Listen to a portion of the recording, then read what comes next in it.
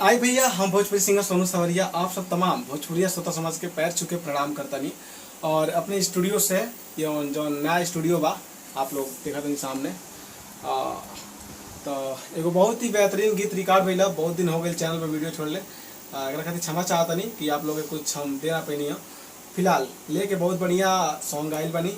इस song के सुनी और इस सॉन्ग अपडेट म्यूजिक से आई भैया के चैनल से। उनके चैनल के सब्सक्राइब कर दे लोग और बहुत सारा प्यार देव लोग। और गाना अच्छा लगी तो लाइक कमेंट शेयर तो जरूर कर लो अपने भाई के प्यार खातिर। और बाकी सब यहाँ पे सिंगर रोहित पटेल, सचिन भाई और आर्यन शाह ये भी भाई, तीनों भाई हैं अपने। तो इनको भी अपना प्यार दीजिए जो बनता है। और बस सॉन्ग सुनिए, जरूर बताइए कैसा लगा। ठीक है।